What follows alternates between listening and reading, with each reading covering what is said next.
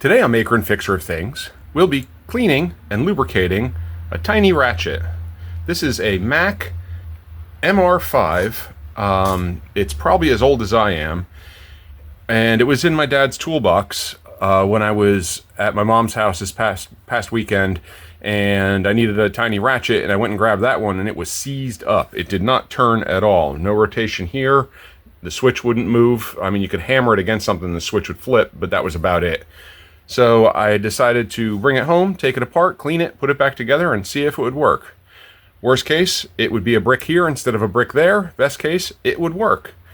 So, got it cleaned up and working. So, on with the video.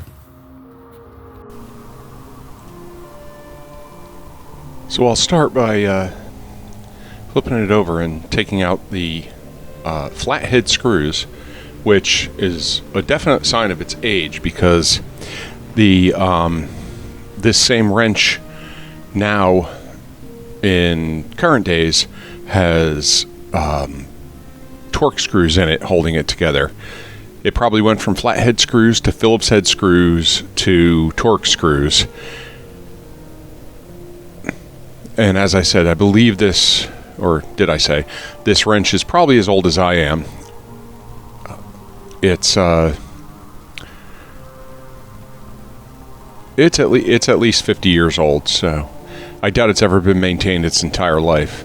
So here I'm trying to take out the second screw, and I kept camming out because flathead screws are not great for that. So I took it over to the vise and clamped it into the vise and used a wrench on the screwdriver and then loosened it up enough that I can now take it out.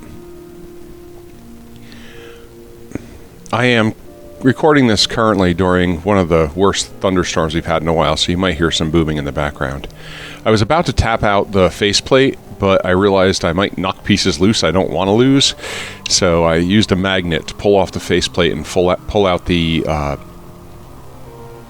ratchet.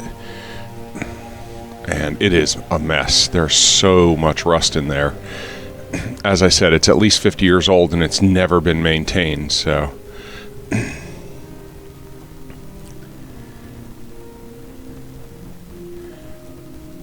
let's we're gonna clean it up a little bit, realizing I need a solvent at this point and not sure what solvent I'm going to use.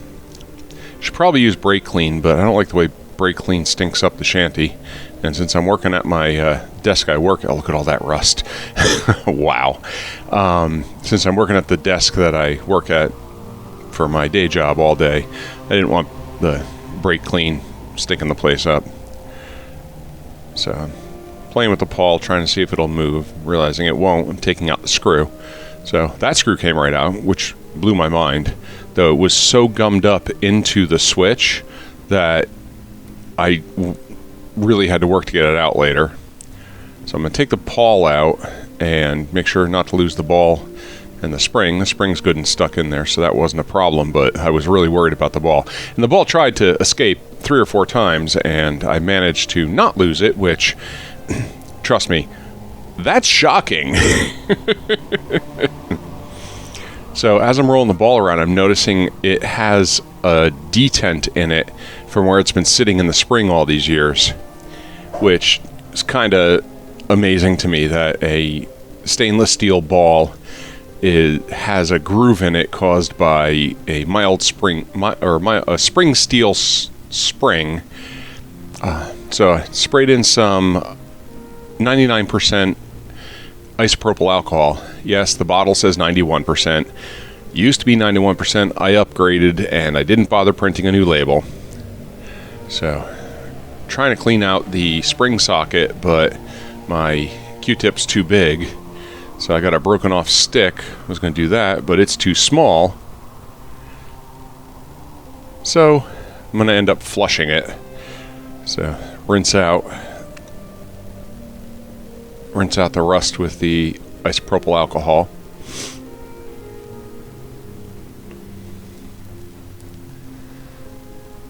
I'm speeding it up here because this stuff took forever. Using a big swab to get a lot of rust out of the housing. Now cleaning the ratchet. Now the faceplate. There's a hole in the back of the ratchet. I don't know what that's for. If anyone knows, could you let me know in the comments, because nothing screws into it. It doesn't fit over a bump out or anything. Alright, so now I'm cleaning the switch, and it took a bit to get that screw out like I was saying before. So, got all that cleaned. Now clean the spring. Now the pawl. Fresh piece of paper towel for the pawl. And working on cleaning that out. Getting all the nooks and crannies. That has the most nooks and crannies. You'd think the ratchet had the most, but the pawl was like all kinds of weird shapes. So, putting the spring back in. And I cleaned the ball. Like I said, the ball has that weird detent in it.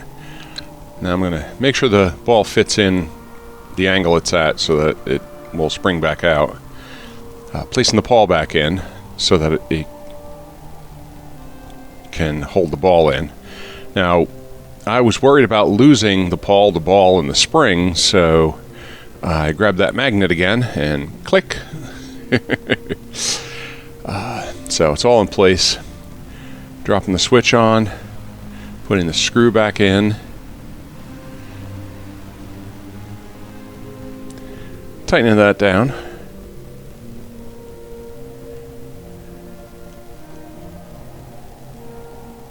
And it's actually switching pretty easily. It's still a little crunchy, but it's switching. Tighten that screw up a little bit more. And now it's time to lubricate. We've got some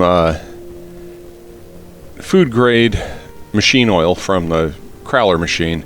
I'm sorry about the flashing. The sun was moving in and out from behind the clouds out the window, and I think it was right at the cusp of where the camera switches between ISOs.